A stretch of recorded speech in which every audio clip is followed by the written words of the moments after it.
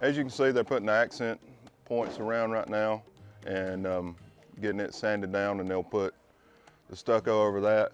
The walls already have the second coat, so basically once they get the accent points stucco, then they'll come back with the final coat and it will look like the side. The inside, we got the drywall hung, got it finished, sanded, it's ready to go.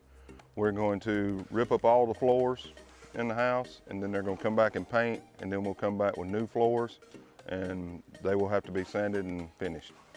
Yeah, the bathrooms are pretty much done. We just had to move a couple outlets up of the vanities, and we got that all fixed. We'll just have to paint that, and we'll be completely done with all the bathrooms.